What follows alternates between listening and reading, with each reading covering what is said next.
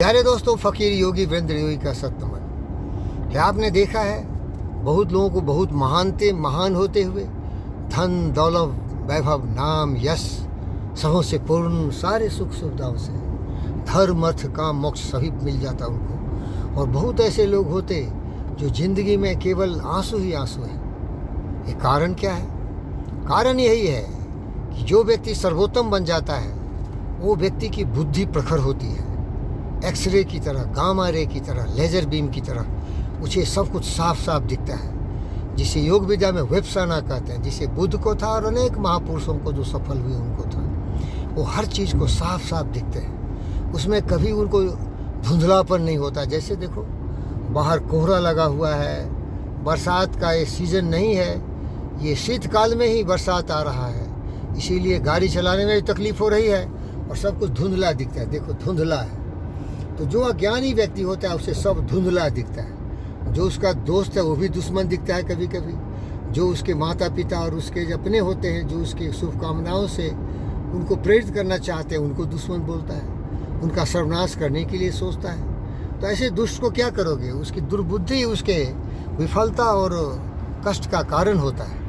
मैंने अनेक ऐसे मूर्खों को देखा है और सबसे बड़ा जो मूर्ख प्रसिद्ध हुआ महान कालिदास के रूप में, उसकी कहानी आप जानते होंगे। एक व्यक्ति था जिसका नाम था विद्योत्मा। वो महिला थी। वो शादी के लिए एक बहुत ही दुराग्रहपूर्ण रख दिया शर्त कि जो कोई भी शर्तार्थ में उसे पराजित करेगी विद्योत्मा उसी से शादी करेगी। अब जितने भी पंडित थे सभी गए, विद्योत्मा सबको हरा देती थी, क्योंकि उतनी ज्ञानवान विचारवान बुद्धिमान सर्वशक्तिमान महिला थी जिसके बुद्धि के सामने सभी ठिगने बन जाते थे, बौने। तो सारे पंडितों के झुंड ईर्ष्या से इतने विषैले बन गए कि वो सोचे कि अगर ज्ञानियों से तुम्हारी शादी नहीं हुई विद्योत्मा, तो महामूर्ख से तो जरूर शादी करवाऊंगा। इसीलिए वो महामूर्ख की तलाश में गए और देखा कि एक दुष्ट व्यक्ति अज्ञानी अंधकार में भटकता हुआ, ग्रहण लगा हुआ उसकी छवि में, उसकी बुद्धि में, जिस पेड़ पर बैठा है उसी को काट रहा था। सभी प्रसन्न हो गए, सारे ब्राह्मणों के झुंड जो दुष्ट प्रवृत्ति के थे। सोचे इसको ले चलो और इससे शादी करा देंगे विद्योत्मा की। उसको उतारा और डर रहा था क्योंकि लकड़हारा था, मूर्ख था।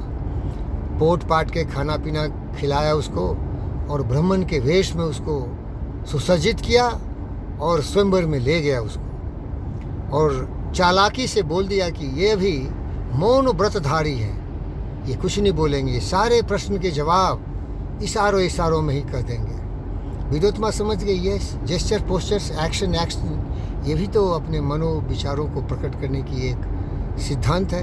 वो मान गई। तो उन्होंने एक अंगुली उठाया। कहने का मतलब था अद्वैत या द्वैत, मीन्स जो सर्वशक्तिमान इस ब्रह्मांड को चलाने वाली शक्ति है वो एक है या दो है।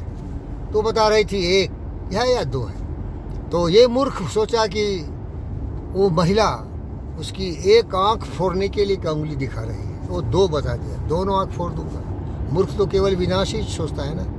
वो कहाँ सोचता है कि हम कुछ उत्कर्ष काम करें, कोई अच्छे कार्य करें। वो तो काम ही है उसका, नरक ही जीवन है।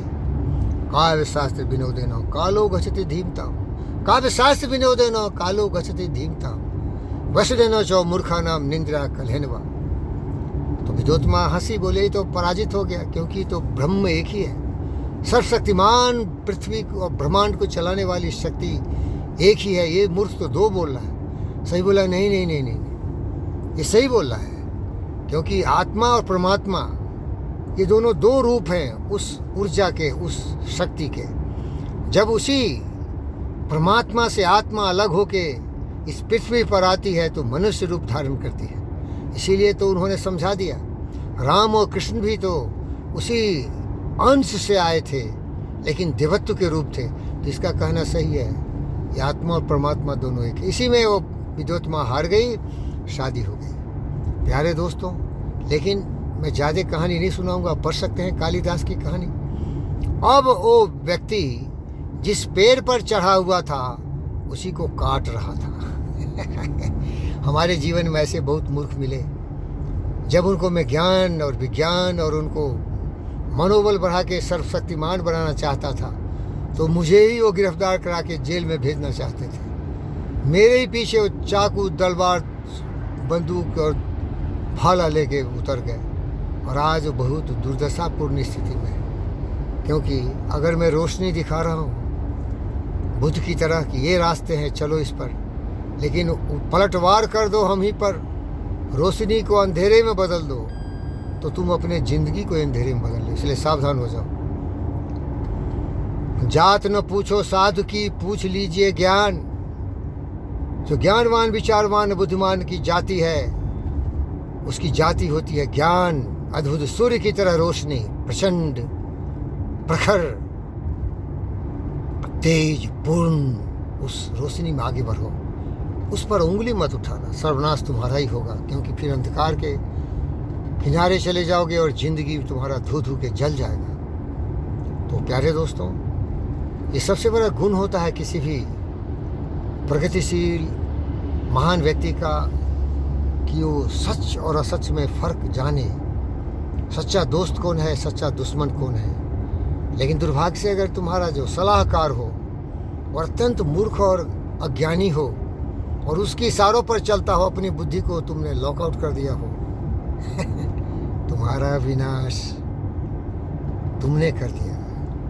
जिस पेड़ पर चढ़े थे, जिस टहनी पर बैठे थे, उसी को तुमने काट दिया।